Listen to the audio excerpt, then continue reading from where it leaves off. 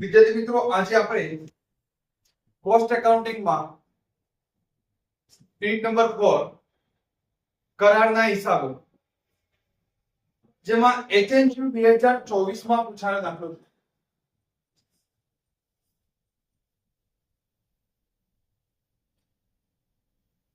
Question number 4, Mehul builders તારીખ 1 જાન્યુઆરીના રોજ નીચેના બે કરાર લીધા.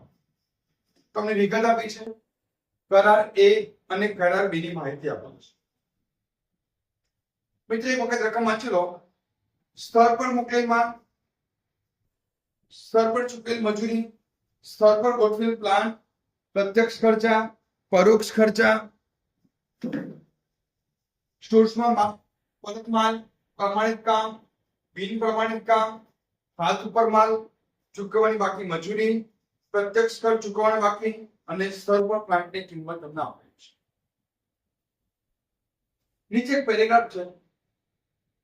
કરાર કિંમત કરાર A માટે 2,50,000 અને કરાર B માટે 2 લાખ નક્કી કરવામાં આવે.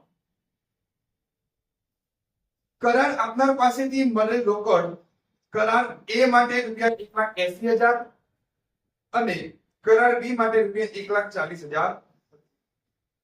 ઉપરની માહિતી પરથી બંને કરાર માટે નફાનુસાર ખાતે લઈ જવાની રકમ શોધી કરાર ખાતા તૈયાર.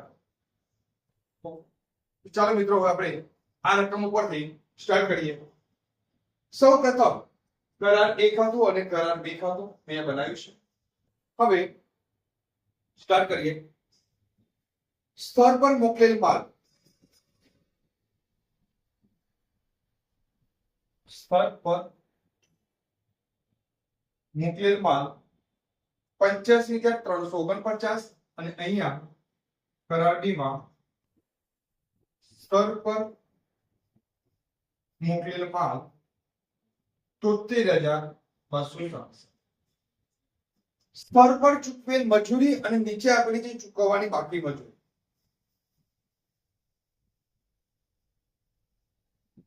ચૂકવેલ મજૂરી કેટલી છે?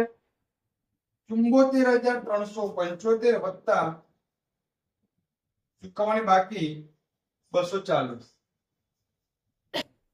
74,615 ચેક કરતા રહો. અહીંયા ચૂકવેલ મજૂરી કરાર B માં કેટલી આપીશું?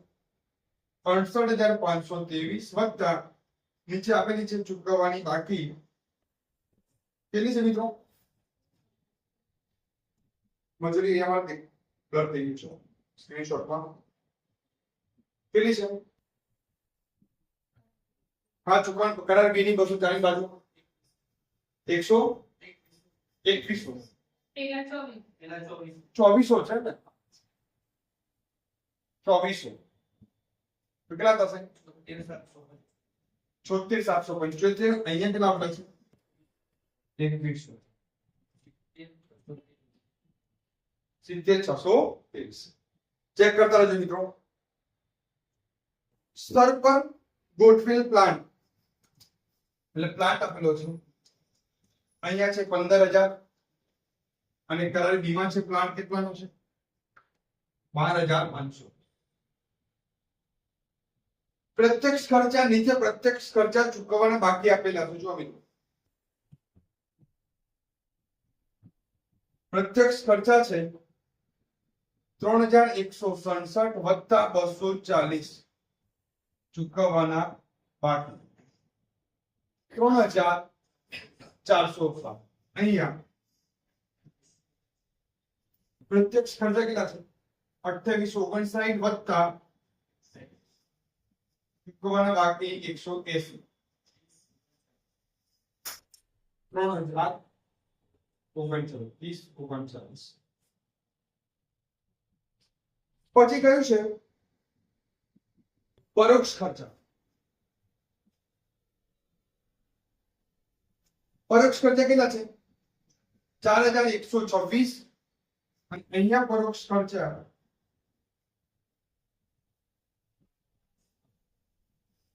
3,852.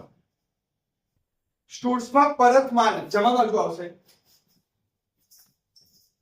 પરત માલ 549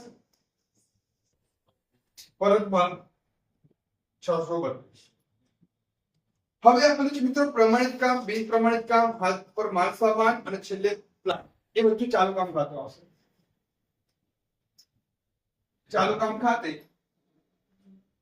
પ્રમાણિત કામ 1,95,000, બિન પ્રમાણિત કામ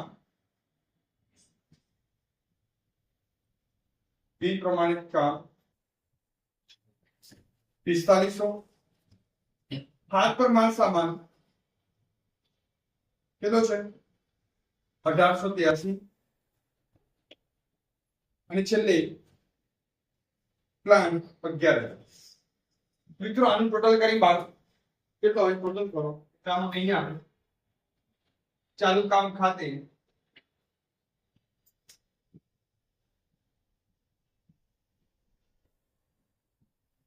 પ્રમાણિત કામ કેટલું છે 1,45,000, બિન પ્રમાણિત કામ 3,000, પછી માલ સામાન 1,736 અને છેલ્લે પ્લાન કેટલાનો છે 9,000.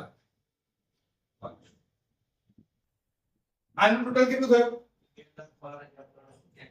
2,12,310. આનું ટોટલ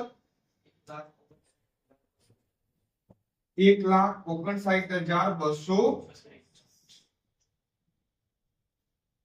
હવે નીચે બધાની માહિતી અંદરનું જે ડેટા ટેબલ ની અંદર આપેલા છે બધા ડેટા અહીં આવી ગયા. કરાર કિંમત એ માટે 2,50,000 અને કરાર કિંમત બી માટે 2 લાખ નક્કી કરવામાં આવી. કરાર આપનાર પાસેથી મળેલ રોકડ કરાર એ માટે 1,80,000, કરાર બી માટે 1,40,000 હતી. ઉપરની માહિતી પરથી બંને કરાર માટે નફાનુકસાન ખાતે લઈ જવાની રકમ શોધી કરાર ખાતા તૈયાર. ચલો તો નફાનુકસાન ખાતે લઈ જવાની રકમ અહીંયા શોધીશું.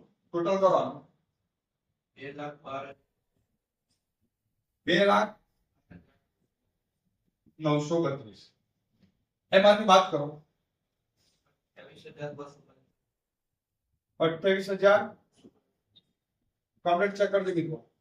એમાં નફા નુકસાન ખાતે લઈ જવાની રકમ 28,275 ગુણ્યા 2/3 ગુણ્યા કેટલા આવશે મળેલ રોકડ 1,80,000 અને પ્રમાણિત કામ 1,95,000. કેટલા આવ્યા 17,000. ચાલુ કામ ખાતે 28,275 માઇનસ 17,400 10,850 થઈ ગયા તો. હવે કરાર વીમા મિત્રો જો સરવાળો આ બાજુ વધારે થશે ખોટ આવશે. કેમ કે અહીંયા જો 59 એક સાઈડ છે અને આનું ટોટલ જુઓ 1,43,000 તો આ જ થાય છે આ 12 એટલે આ બધું ટોટલ વધી જાય છે મિત્રો ખોટ આવશે. આનું ટોટલ પહેલા કરો આનું ટોટલ કરો